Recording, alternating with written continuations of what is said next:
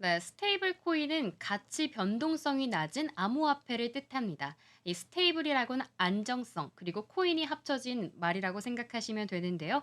주로 이 미국 달러와 같은 법정 화폐와 연동이 되어 있다고 합니다. 그렇기 때문에 가격이 일정하게 유지되는 게 조금의 장점이라고 합니다. 이는 비트코인과 같이 가치 변동성이 높은 코인들과는 좀 구분되는 암호화폐인데요. 암호화폐 시장의 높은 변동성으로 인해 안정적인 가치 저장 수단이 필요해졌기 때문에 등장했다고 합니다. 즉 스테이블 코인은 이 전통적인 금융 시스템과 그리고 암호화폐 생태계를 연결시키는 일종의 가교 역할을 한다고 보시면 좋을 것 같고요. 더 안정적인 거래랑 활용 사례를 가능하게 합니다. 먼저 스테이블 코인을 활용하는 이유에 대해서 세 가지로 정리해 봤습니다. 첫 번째로 가장 대표적인 활용 이유인데요. 바로 암호화폐의 높은 가치 변동성을 해결하기 위해서입니다. 비트코인 등 주요 이 암호화폐 가격 변동성이 크기 때문에 결제 수단으로 활용하기 어려운 이 단점이 비트코인은 있는데요. 이에 달러나 유로와 같은 이 법정 화폐에 연동된 스테이블 코인들은 가치 안정성을 제공하기 때문에 암호화폐 결제와 송금 기능을 향상시킬 수 있다고 합니다. 다음으로는 국가 간의 송금과 결제를 더욱 용이하게 합니다. 기존 은행 송금 시스템은 정말 높은 수수료와 이 긴 처리 시간으로 인해 비효율적이다 이런 비판을 많이 받아왔는데요. 스테이블 코인을 이용하게 된다면 더 저렴하고 신속한 국제 거래가 가능하다고 합니다. 특히 개발도상국의 금융 포용성 증진에도 도움이 될 수 있다고 합니다. 마지막으로는 탈중앙화된 금융 생태계의 주요 구성 요소라고 합니다. 이 탈중앙화 금융 계속해서 이 코인의 장점으로 떠오르고 있는데요.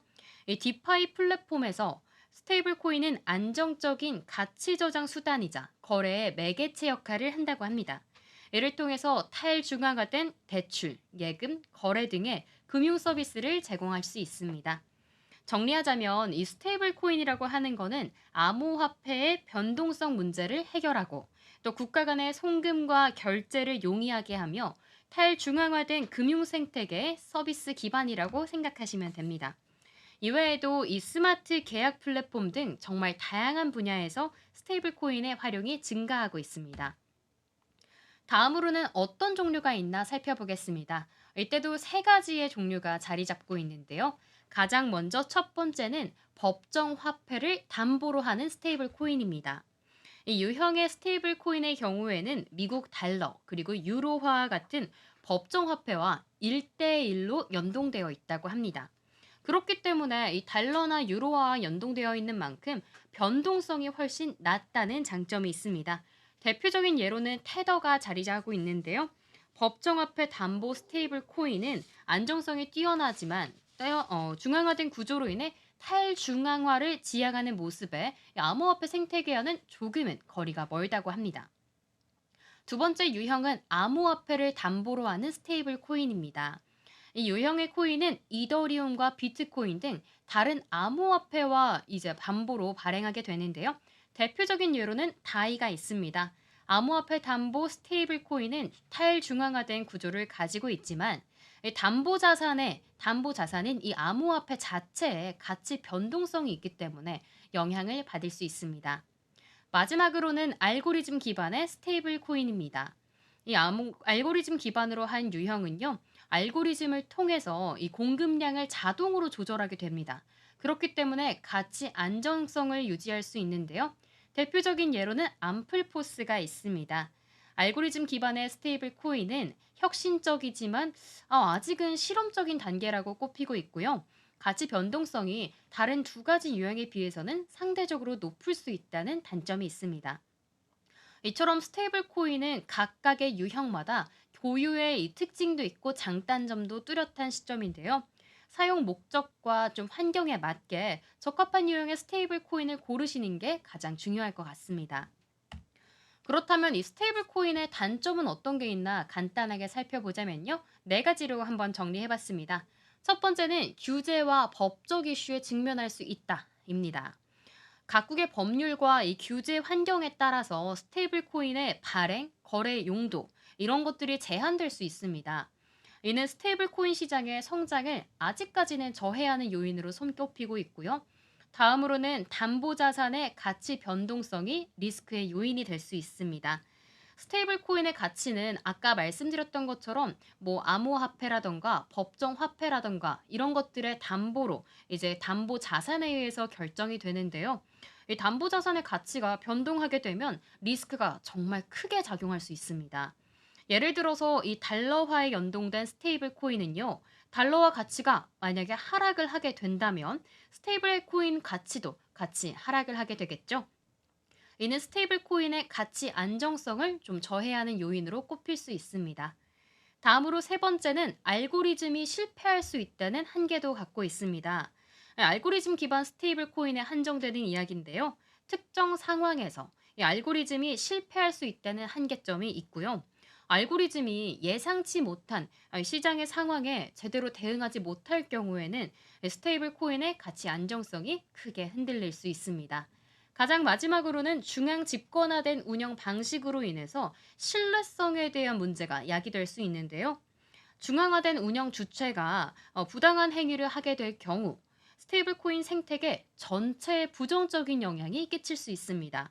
이는 스테이블코인의 탈중앙화와 투명성 제고라는 본래 취지와 좀 배척될 수 있는 부분이라고 합니다. 그렇다면 지금 현재 스테이블 코인의 현황은 어떻고 앞으로 전망은 어떤지 하나씩 체크해 보도록 하겠습니다. 현재 스테이블 코인을 시장을 주도하고 있는 대표적인 프로젝트는 왼쪽에서 보이는 테더고요. 그리고 USD 코인도 있습니다. 테더는 2014년 출시된 가장 오래된 스테이블 코인인데요. 현재 시장 점유율은 1위를 기록하고 있고요. USD 코인은 2018년에 코인베이스와 서클이 공동 출시한 프로젝트입니다. 테더에 이어 두 번째로 큰 규모라고 알고 계시면 될 것 같습니다. 이 두 가지 이외에도 트루 USD, 제미니 달러와 같은 다양한 스테이블 코인 프로젝트들이 열리고 있는데요. 전 세계 스테이블 코인 시장의 규모는 2021년 기준 약 1조 달러로 추정이 되고요. 연평균 약 200% 이상의 빠른 성장세를 보여주고 있습니다. 이처럼 스테이블 코인의 시장이 급격히 확대되는 이유는요. 암호화폐의 변동성 문제 역시 해결할 수 있고 또 금융 서비스 부분에서 혁신을 이끌 수 있기 때문이라고 보여지고 있습니다. 한편으로는 스테이블 코인에 대한 규제 환경도 점차 변화되고 있는데요. 앞에서 단점 중에 첫 번째로 아무래도 각국의 규제가 이 스테이블 코인을 저해하는 요인이라고 말씀드렸는데 미국, 유럽연합, 중국 등 정말 주요국들이 스테이블 코인 발행과 운영에 대해서 이 규제 방안을 구체적으로 마련하고 있습니다. 스테이블 코인 시장의 건전한 발전을 위해서 이 모든 국가들이 힘써주고 있는데요. 이 규제 강화에 따르면 근데 규제가 강화가 된다면 이 시장이 위축될 수 있다는 한편의 걱정도 자리 잡고 있습니다. 앞으로의 스테이블 코인 시장은 지속적인 성장세를 보일 거다라고 그래도 계속 전망치가 나오고 있는데요. 특히 탈중앙화 금융 생태계의 핵심 구성 요소이기 때문에 스테이블 코인 역할은 위축되기보다는 앞으로 성장세를 달릴 거다 많이들 보여주고 있습니다. 또한 스테이블 코인을 활용한 새로운 금융 서비스 개발과 함께 중앙은행 디지털 화폐 CBDC 도입 움직임도 스테이블 코인과 함께 움직이고 있다. 지켜봐 주시면 좋을 것 같고요. 그렇지만 계속 좀 우려되는 부분, 규제 강화, 담보 자산 리스크, 그리고 알고리즘 한계 등이 스테이블 코인이 계속 떠안고 가야 되는 문제점, 과제라고 보시면 될 것 같습니다. 앞으로 이 과제들도 어떻게 해결되는지도 체크해 보시면 좋을 것 같고요. 이를 통해서 스테이블 코인이 신뢰받는 디지털 자산으로 자리매김을 하고 금융 혁신을 선도할 수 있을지 좀 지켜보셔야 될 것 같습니다.